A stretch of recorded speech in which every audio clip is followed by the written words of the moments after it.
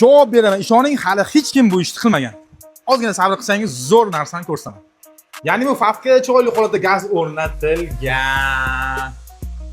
200 talik, 60 talik, 200 talik, 60 talik. Bu tomonga ham 5 ta lenta bilan 200 talik, bu tomonga ham 5 ta lenta bilan, ya'ni 200 talik turish holati. Mana balonga nechi baho endi turishini qarang. Endi bu favkimiz bemalol 1200 kilometrni bosib o'tadi. Turish holatiga bitta baho berasiz akalar. Qalay joylashdi.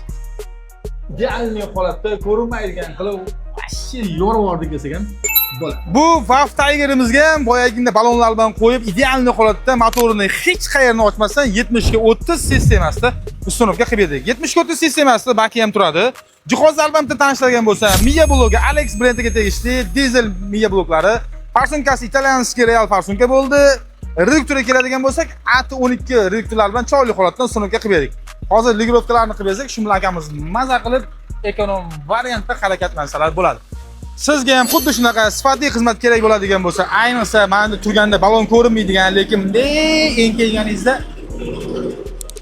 60 talik balon turadigan xizmat kerak bo'ladigan bo'lsa, pastlarga murojaat qiling. Bu videoni iloji boricha shunaqa ko'proq balon qo'yishim kerak, lekin joyim yo'q degan tanishlarga jo'natib qo'ysangiz yaxshi bo'ladi.